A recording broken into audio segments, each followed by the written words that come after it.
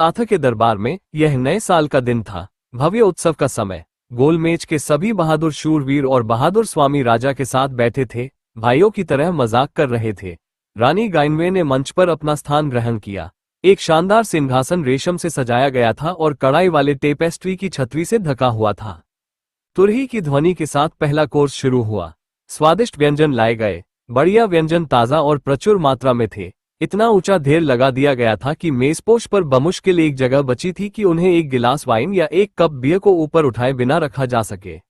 जैसे ही पहली थालियां रखी गईं, एक विशाल घुड़सवार अचानक दरवाजे से बाहर निकला।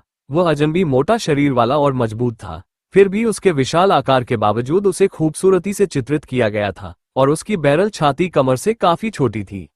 लेकिन जिस बात ने शूरवीरों को आश्चर्यचकित कर दिया, वह घोड़े पर सवार हुलक का मोटा या विशाल आकार नहीं था, बल्कि उसके बालों, दाढ़ी और कपड़ों का रंग, साथ ही उसकी त्वचा और उसके घोड़े की त्वचा, सभी एक ही अलौकिक हरे रंग की छाया थी।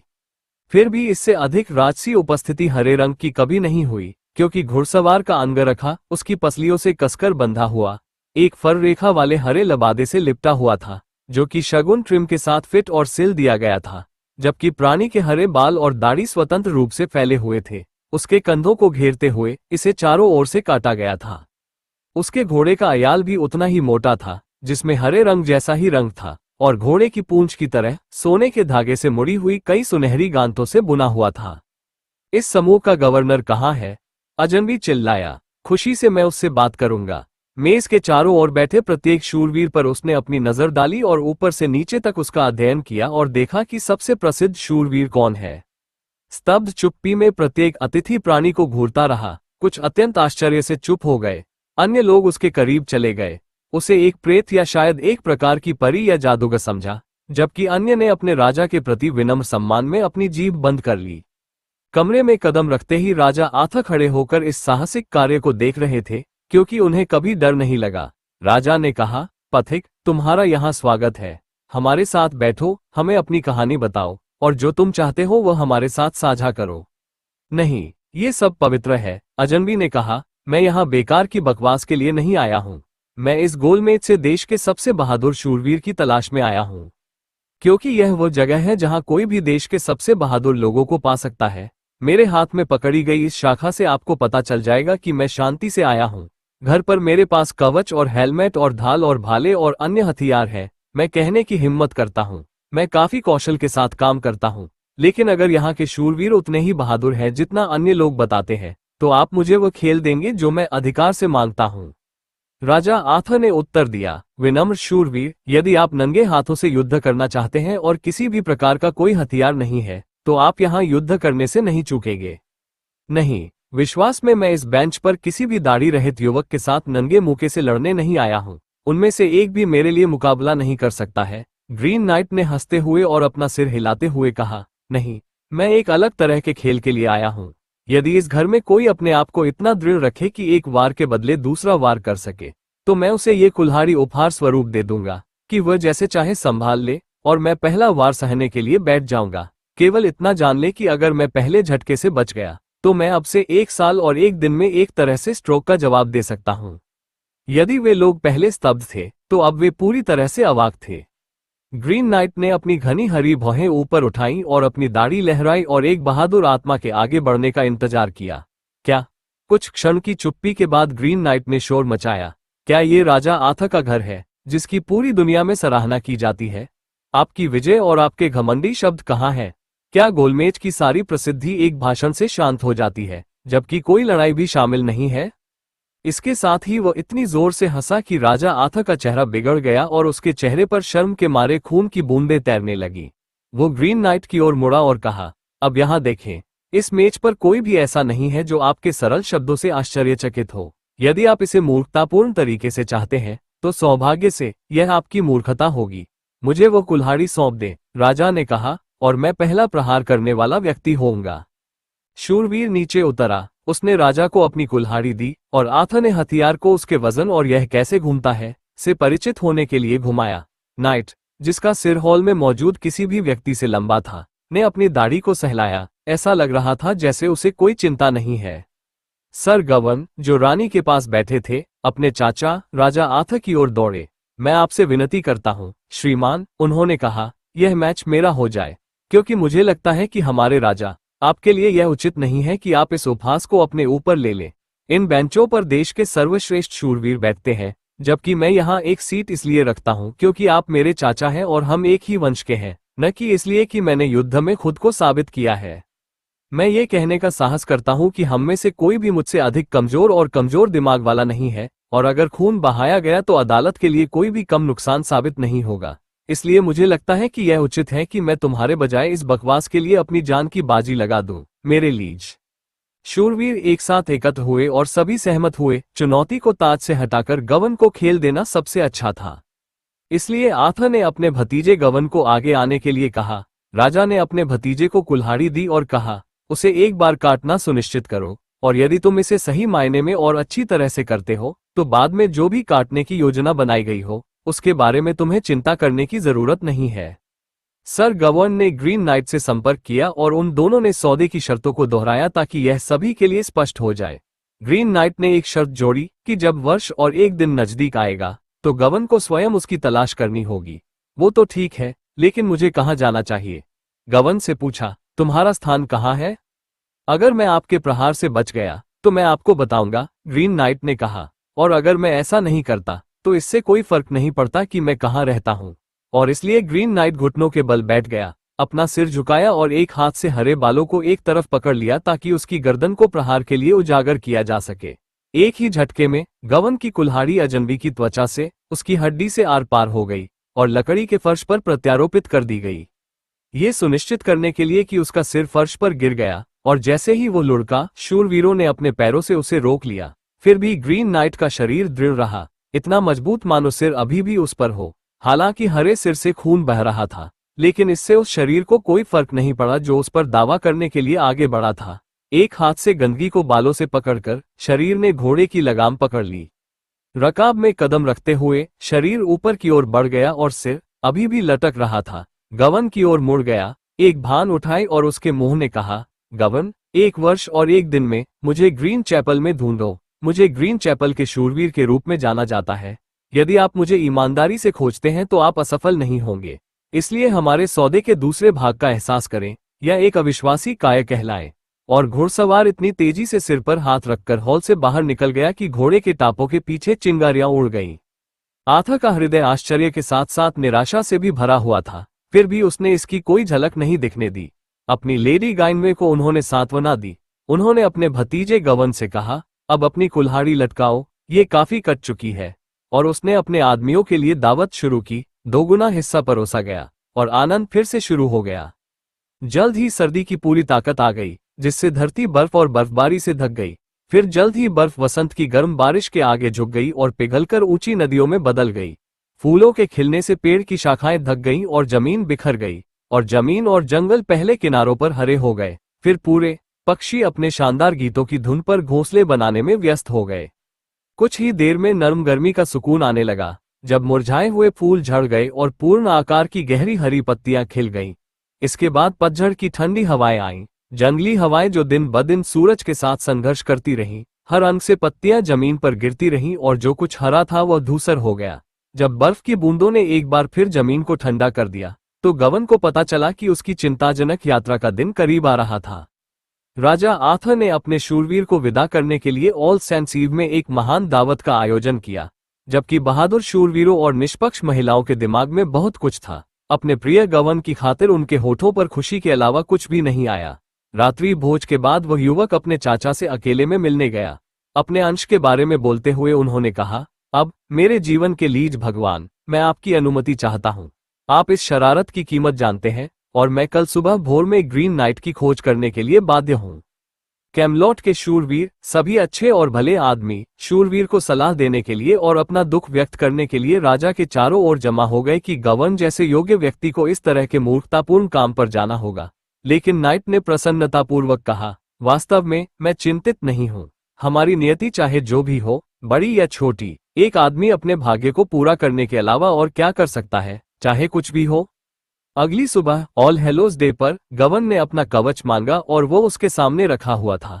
उनके बढ़िया स्टील के जूतों से लेकर चमकीले चमकते और घुटनों के ऊपर सोने की गांठों से बंधे घुटने के गार्ड से लेकर ब्रेस्ट प्लेट से ढके चमकीले धातु के छल्लों से बनी मेल मेश शर्ट से लेकर आर्म ब्रेसेस और स्टील के गॉन्टलेट तक, उनके हेलमेट पर हीरे जड़ित मुकुट से ज्यादा लुभावना कुछ भी नहीं था।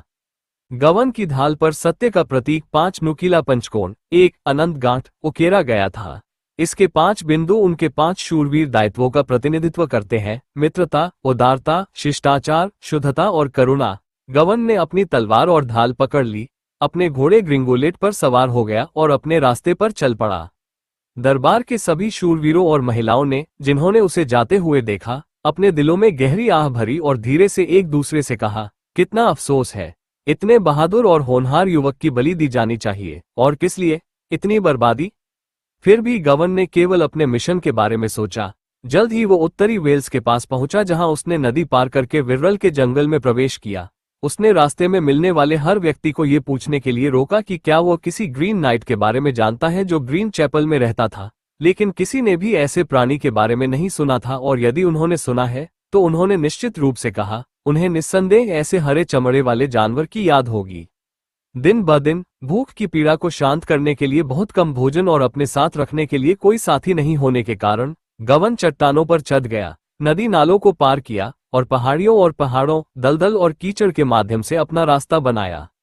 किसी पत्ते की सरसराहट या अंधेरे में खर्राटे या चीख का मतलब उसके लिए अचानक और घातक परेशानी हो सकती है। भेड़िए, ड्रैगन, बैल, भालू, ट्रॉल्स या सुअर जंगल में घूमते रहते हैं और किसी भी समय हमला कर सकते हैं। ये सारा खतरा वह सहन कर सकता था, लेकिन हवा में चुभने वाली ठंडक के अलावा, जो दिन ब दिन नम और ठंडी होती जा रही थी। कभी कभी थककर वो अपने कवच में जमी हुई जमीन पर लेट जाता था और सोचता था कि क्या वो कभी वापस उठ पाएगा। और फिर भी वो शीतकालीन संक्रांति की सुबह तक दिन ब दिन चलता रहा, जब विशेष रूप से उदास महसूस करने के बाद उसने अपनी आंखें उठाईं और अपने आश्चर्य को एक सुंदर महल में देखा, जो एक खाई से घिरा हुआ था, गहरे जमे हुए बर्फ से ढके जंगल में। गवन ने अपने घोड़े ग्रिंगोलेट को ड्रॉब्रिज के किनारे तक पहुंचाया। वहां वह रुके और खाई के पीछे बने महल की प्रशंसा की। इसकी दीवारें अथाह गहराई के पानी से अद्भुत ऊंचाई तक उठी हुई प्रतीत होती थीं और इनके शीर्ष पर इतने सारे टॉवर और शिखर थे, हर एक का आकार और निर्माण अद्भुत था कि यह सपनों की चीज की तरह लगती थी। जल्द ही एक ऊंची खिड़की से एक कुली का सुखद चेहरा दिखाई दिया। अच्छा सर, गवन ने दरबान से कहा, क्या मैं आपके भगवान से रात के लिए यहीं रुकने की अनुमति मांग सकता हूं? क्यों, निश्चित रूप से आप जैसे किसी भी अच्छे शूरवीर का जब तक आप चाहें तब तक रहने के लिए स्वागत किया जाएगा, दरबान ने कहा। उसका चेहरा गायब हो गया और कुछ मिनटों के बाद कई नौकर सामने के दरवाजे से बाहर निकले, ड्रॉब्रिज को गिरा दिया और खाई के किनारे की ओर भागे ताकि वे गवन का स्वागत कर सके। जब वह पार कर गया, नौकर उसके घोड़े को अस्तबल में ले गए, जबकि दरबारी और सरदार उसे अंदर ले गए। वहां नाइट का स्वागत महल के भगवान, एक सुंदर, मजबूत, दाढ़ी वाले व्यक्ति ने किया, जिसने उसका स्वागत किया और उन सभी ने रात में खूब दावत की। 3 दिनों तक गवन ने महल में आनंद लिया। अपने मेजबान महल के भगवान, महल की महिला, एक बुजुर्ग महिला जो अक्सर भगवान की पत्नी के साथ जाती थी, और उनके दरबारियों के साथ आनंदमय घंटे बिताए, जब तक कि उनका मिशन उन पर इतना भारी नहीं पड़ा कि उन्होंने अपने मेजबान को अलग कर दिया। हार्दिक धन्यवाद देने के बाद गवन ने पूछा कि क्या वो हरे रंग के एक शूरवीर के बारे में जानता है जो ग्रीन चैपल में रहता था, क्योंकि उसकी खोज ने उसे नए साल के दिन तक इसे खोजने के लिए मजबूर किया था। भगवान हंसे, आश्चर्यचकित हुए और कहा, क्या आप यही सब चाहते हैं? तब निश्चित रूप से आप कुछ दिन और रुक सकते हैं, क्योंकि ग्रीन चैपल यहाँ से 2 मील भी नहीं है। तब प्रभु ने एक खेल का प्रस्ताव रखा। वो अगले दिन शिकार करने जाएंगे और गवन महल में रुकेंगे, जिसकी मेजबानी उनकी पत्नी, महल की महिला करेगी। दिन के अंत में वे दोनों दिन के दौरान जो कुछ भी उन्होंने खोजा या जीता था उसका आदान प्रदान करेंगे। दोनों खेल के लिए राजी हो गए और रात तक जमकर दावत की। अगली सुबह गवन महंगी छतरी के नीचे आराम से सो रहा था। अपने शयन कक्ष में कदमों की आहट सुनकर हड़कंप मच गया। छत से झांककर उसने देखा कि स्वामी की पत्नी उसके शयन कक्ष में आ रही है और उसके पास बैठी है। असमंजस में उसने सोने का नाटक किया, फिर उसने जागने का नाटक किया और उसे वहां देखकर आश्चर्यचकित हो गया। सुप्रभात सर, गवन समलैंगिक महिला ने कहा। हे भगवान, किसी के लिए आपके साथ आपके शयन कक्ष में अनजाने में घुस जाना बहुत आसान है। उसने हंसते हुए उसे समझाया और उससे कहा कि यह वास्तव में उसका सौभाग्य है कि उसे ऐसे सम्मानित शूरवीर मिले जैसे वो उस सुबह पूरी तरह से उसके पास था, जबकि उसका पति दिन भर के लिए चला गया था और सभी नौकर अभी भी सो रहे थे। गवन ने सदन की महिला को आश्वासन दिया कि वह उसका नौकर है और हर तरह से उसका आभारी है, और क्या वो उसे उठने और खुद को तैयार करने की अनुमति देगी ताकि वो खुद को उसके लिए अधिक उपयुक्त रूप से प्रस्तुत कर सके। वो इसकी अनुमति नहीं देगी, उसने आकर्षक ढंग से कहा। वो उसे अपने कैदी के रूप में रखना और उसे बेहतर तरीके से जानने का अवसर लेना पसंद करती थी। क्यों? अगर उसे सभी पुरुषों में से एक पति चुनना होता तो उसके सामने चुनने के लिए पृथ्वी पर कोई बहादुर और साहसी शूरवीर नहीं होता। उन्होंने उसे याद दिलाया कि उसने पहले ही एक बेहतर विकल्प चुन लिया है, लेकिन घोषणा की कि उन्हें गर्व है कि उन्हें उनके जैसी महान महिला द्वारा इतना सम्मानित किया जाना चाहिए। और इस प्रकार उनका मजाक मध्य सवेरे तक चलता रहा। अचानक महिला ने उस पर यह आरोप लगाया कि वह प्रसिद्ध शूरवीर गवन नहीं है। उसने पूछा, उसे इस पर संदेह क्यों होगा? विनम्र गवन ने कहा, वह निश्चित रूप से किसी महिला को चुंबन के बिना अपने शयन कक्ष से बाहर जाने की अनुमति नहीं देगी, और इसलिए उसने उसे अपने गाल पर एक चुंबन की अनुमति दी और वो कमरे से बाहर चली गई। उस शाम महल का स्वामी बड़ी संख्या में हिरणों के साथ लौटा। उनके समझौते की शर्तों के अनुसार उसने उस दिन शिकार किया गया सारा शिकार गवन को दे दिया और उससे पूछा कि उसने क्या खोजा या जीता है। गवन ने प्रभु को अपनी ओर आकर्षित किया और उन्हें एक बार चूमा। आश्चर्यचकित होकर स्वामी ने पूछा कि उसने ऐसा चुंबन कहाँ जीता है, और गवन ने उसे याद दिलाया कि वे उपहारों का आदान प्रदान करने के लिए सहमत हुए थे और जरूरी नहीं कि यह बताया जाए कि उपहार कैसे जीता गया था। दूसरे दिन भोर होते ही भगवान अपने शिकार दल के साथ फिर निकल पड़े।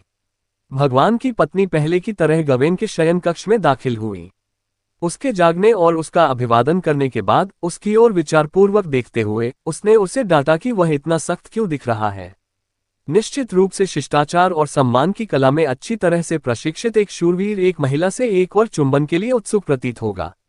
गवेन ने जवाब दिया कि किसी भी महिला से उसकी मर्जी से चुंबन लेना उसके लिए उचित नहीं होगा।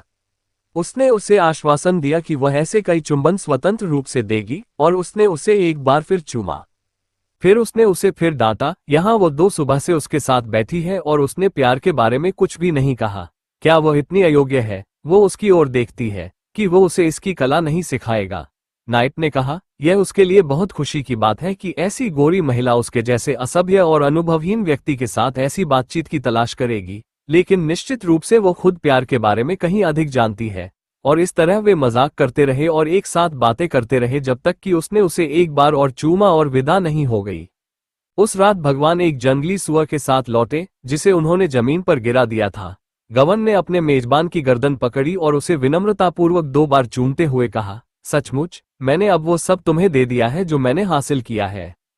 उस रात जब उन्होंने एक साथ दावत की तो गवन ने अपने मेजबान को याद दिलाया कि अगर उसे नए साल के दिन ग्रीन नाइट चैपल में पहुंचना है तो उसे अगली सुबह निकलना होगा। प्रभु ने उसे आश्वासन दिया कि यदि वो कल भी चला जाए तो उसके पास अभी भी काफी समय होगा, और उससे एक दिन और रुकने का आग्रह किया। अगली सुबह जब उसका पति अपनी शिकार पार्टी के साथ चला गया तो महल की गोरी महिला ने खुद को एक लबादा पहना जो जमीन तक पहुंच गया, जिससे उसकी गर्दन और गला दिखाई दे रहा था, और उस पर महंगे फर लगे हुए थे। गवन को आस्म भाग्य के बुरे सपने आ रहे थे जो उसका इंतजार कर रहे थे। जब उसने कमरे में प्रवेश करके उसे जगाया, वो फिर उसके बिस्तर के पास बैठ गई। उसने घोषणा की कि उसे पता होना चाहिए कि क्या उसके पास कोई और महिला प्रेम है जिसे वह प्रिय मानता है। उसने ऐसा नहीं किया, इसलिए उसने कहा, मुझे ऐसा कोई प्यार नहीं है। फिर उसने उसकी कोई निशानी मांगी, भले ही वो केवल एक दस्ताना ही क्यों ना हो, ताकि उसके जाने के बाद वह उसे याद कर सके। गवन की इच्छा थी कि वह उसे एक योग्य उपहार दे सके क्योंकि वह उससे कहीं अधिक की हकदार थी। उसने ईमानदारी से कहा, लेकिन यह उसके सम्मान के लिए नहीं है कि वह उसे ऐसा कोई टोकन, यहाँ तक कि एक दस्ताना भी दे सके।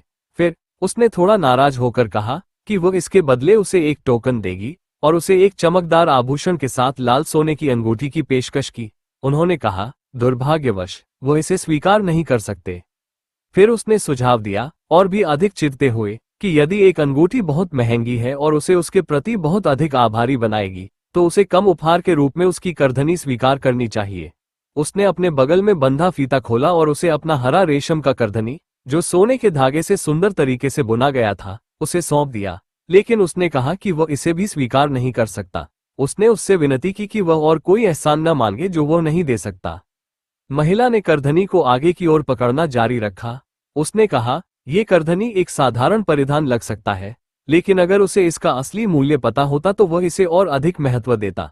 उन्होंने कहा, हरे रंग का फीता जादुई गुणों वाला एक ताबीज है, और जब इसे एक शूरवीर द्वारा पहना जाता है तो इसे पहनने वाले को किसी भी आदमी या पृथ्वी पर किसी भी जादू द्वारा नुकसान नहीं पहुंचाया जा सकता है या मारा नहीं जा सकता है। गवन रुक गया। अगले दिन के लिए निर्धारित उसके गंभीर मिशन को देखते हुए ये वास्तव में प्रयास करने लायक शिल्प हो सकता है, और इसलिए उसने करधनी स्वीकार कर ली और उसने इसे पूरी सद्भावना के साथ उसे दे दिया। हालांकि उसने ऐसा करते हुए उससे विनती की कि वह अपने पति को उपहार के बारे में न बताए, और उसने इस प्रतिज्ञा को निभाने का वादा किया था। गवन ने महिला को दिल से धन्यवाद दिया। उसने उसे 3 त्वरित चुंबन दिए और विदा हो गई। उस रात गवन ने भगवान को 3 चुंबन दिए, लेकिन करधनी का कोई जिक्र नहीं किया। उनके समझौते के अनुसार उसके मेजबान ने अफसोस के साथ उसे एकमात्र लोमड़ी की खाल भेंट की, जो दिन भर के शिकार से उसका एकमात्र शिकार था।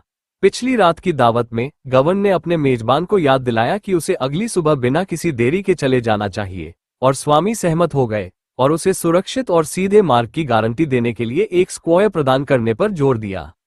उस रात हो सकता है कि यह बर्फीला तूफान था जिसकी वजह से गवन पूरी रात गहरी नींद में सोता रहा, या हो सकता है कि उस दिन जो होने वाला था उसका डर रहा हो। लेकिन सूर्योदय के समय हमारा नायक नींद से जाग गया और उसने अपने चैम्बरलेन को अपना कवच लाने के लिए कहा। जानबूझकर उसने खुद को पहना, अपनी कमर के चारों ओर हरी रेशम की करधनी लपेटना नहीं भूला, और अपने घोड़े ग्रिंगोलेट को अपने पास लाने के लिए बुलाया। घोड़ा उस अच्छी देखभाल से चमक रहा था जो उस पर की गई थी। महल के पुल को नीचे गिरा दिया गया। शूरवीर ने अपना घोड़ा चढ़ाया और भगवान द्वारा उसके सुरक्षित मार्ग के लिए प्रदान किए गए सिपाही के साथ गवन जंगल में चला गया। जंगलों के माध्यम से और पड़ोसी बर्फीली पहाड़ियों की ऊंचाइयों तक यात्रा करने के बाद स्क्वायर ने लगाम खींची और कहा, मास्टर, अब हम उस जगह के पास हैं जिसे आप चाहते हैं। जाने से पहले मुझे लगता है कि यह मेरा कर्तव्य है कि मैं आपको बता दूं कि इन जमीनों को पार करने वाला कोई भी व्यक्ति नहीं है जो कभी लौटा हो। यहाँ शायद सभी प्राणियों में से सबसे क्रूर और खूनी प्यासा रहता है, आदमी या जानवर। यद्यपि आप निस्संदेह उतने ही बहादुर और प्रसिद्ध शूरवीर हैं जितने पृथ्वी पर कभी चले थे, निश्चित रूप से आप भी होंगे। विचार करें कि क्या आगे बढ़ना बुद्धिमानी है। यदि आपने ऐसा नहीं किया तो कोई भी आपको दोषी नहीं ठहराएगा, और मैं आपको विश्वास दिलाता हूं, मैं किसी जीवित व्यक्ति को कभी नहीं बताऊंगा कि आपने इस खोज को जारी नहीं रखने का फैसला किया है। स्क्वायर ने घोषणा की, इसमें कोई संदेह नहीं है कि यह आपके लिए बर्बाद है। नहीं, गवन ने कहा, आप जो कुछ भी कहते हैं मैं उसकी सराहना करता हूं, लेकिन इसमें कोई सवाल नहीं है कि मुझे जारी रखना चाहिए। और इसलिए स्क्वायर ने अपनी लगाम जंगल में घुमा दी और तेजी से घर की ओर भाग गया। गवन वर्णित दिशा में आगे बढ़े, लेकिन उन्हें ये देखकर आश्चर्य हुआ कि पेड़ों के ऊपर कोई मीनार या मीनार नहीं थी जो पास में किसी गढ़ का संकेत दे सके। फिर उसने एक जलधारा के किनारे स्थित एक टीला बनाया जहां पानी ऐसे उबल रहा था मानो उबल रहा हो। गवन ने अपने घोड़े को उतारा, लगाम को एक शाखा से बांधा और अजीब प्रांत की जांच की। टीले के बाहर धारा में जाने के लिए 2 प्रवेश द्वार थे, एक छोर पर एक छेद और दूसरी तरफ एक छोटा सा छेद। दोनों तरफ हरी घास उगी हुई थी और भीतर से सीलन भरी और दुर्गंध आ रही थी। गवन ने सोचा, ये केवल अंधेरे जादू का स्थान हो सकता है, और यदि यह ग्रीन चैपल है तो यह अवश्य ही बुरे जादू का स्थान होगा। कुत्तों! एक तेज आवाज, जैसे कि किसी चक्की के पत्थर पर हंसिया मारा गया हो, चट्टान पर खड़खड़ाने लगी और उसे अपने विचारों से जगा दिया। वहां कौन जाएगा? गवन ने जोर से कहा।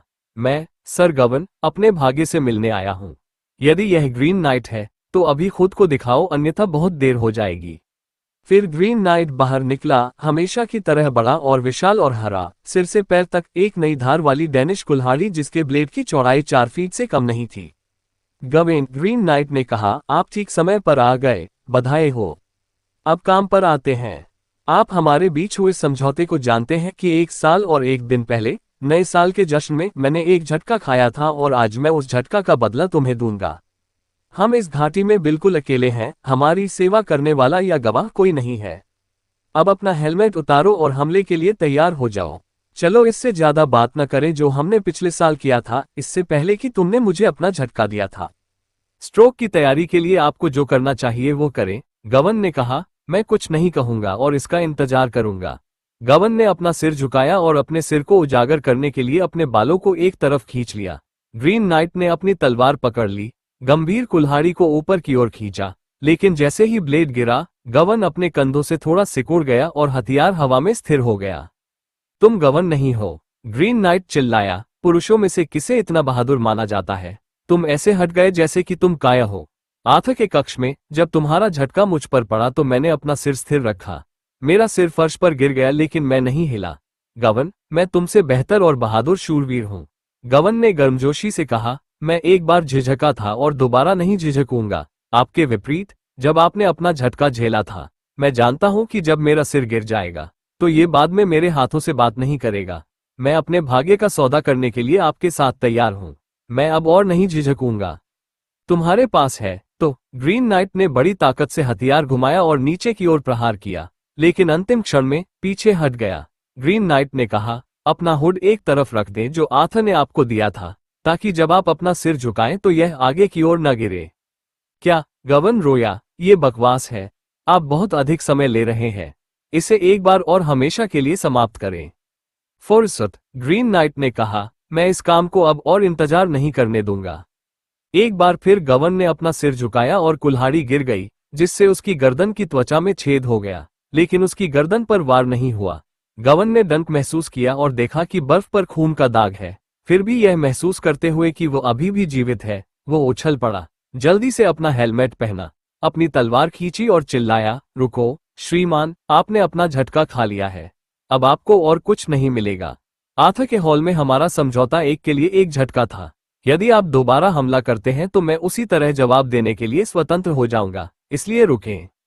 फिर ग्रीन नाइट ने अपनी कुल्हाड़ी नीचे रखी और उसके हत्थे पर झुक गया। साहसी महोदय, उन्होंने कहा, इस तरह भौंकने की कोई जरूरत नहीं है। कोई भी व्यक्ति आपके साथ गलत नहीं करेगा या राजा आथा के दरबार में किए गए समझौते से बाहर नहीं जाएगा। आपने मेरा झटका झेल लिया है, निष्पक्ष रूप से, शर्तें पूरी हो गई है। अगर मैंने ऐसा चुना होता तो आपको और भी बुरा झटका झेलना पड़ता। मेरा पहला स्ट्रोक पूरी तरह से नकली था और इससे आपको कोई नुकसान नहीं हुआ, क्योंकि उस पहली रात आपने मेरे साथ कुछ नहीं किया था। उस पहले दिन आपने जो कुछ भी हासिल किया था वो मुझे दे दिया, जैसा कि हम सहमत थे और जैसा कि एक सच्चे आदमी को करना चाहिए था। ग्रीन नाइट ने कहा, दूसरा झटका भी रोक दिया गया और आपको कोई नुकसान नहीं हुआ, क्योंकि दूसरे दिन आपने मुझे कोई नुकसान नहीं पहुंचाया। लेकिन उस दिन आपने जो कुछ हासिल किया था वो सब वापस कर दिया। लेकिन तीसरे दिन आपने मुझे विफल कर दिया और इसलिए तीसरे झटके में खून बह गया, क्योंकि मेरी अपनी पत्नी ने जो करधनी बनाई थी उसे अब आप अपनी कमर पर पहनते हैं। ओह, मैं आपकी बातचीत और आपके चुंबन और अपनी पत्नी को लुभाने के बारे में सब कुछ जानता था, क्योंकि मैंने ही उसे आपको प्रलोभित करने के लिए भेजा था, ये देखने के लिए कि क्या आपको अपना सम्मान अलग रखने के लिए राजी किया जा सकता है। अब मैं जानता हूं कि आप उतने ही निर्दोष शूरवीर हैं जैसा कि उन्होंने पूरे देश में कहा है, और मैं पूरी तरह से आपकी सराहना करता हूं।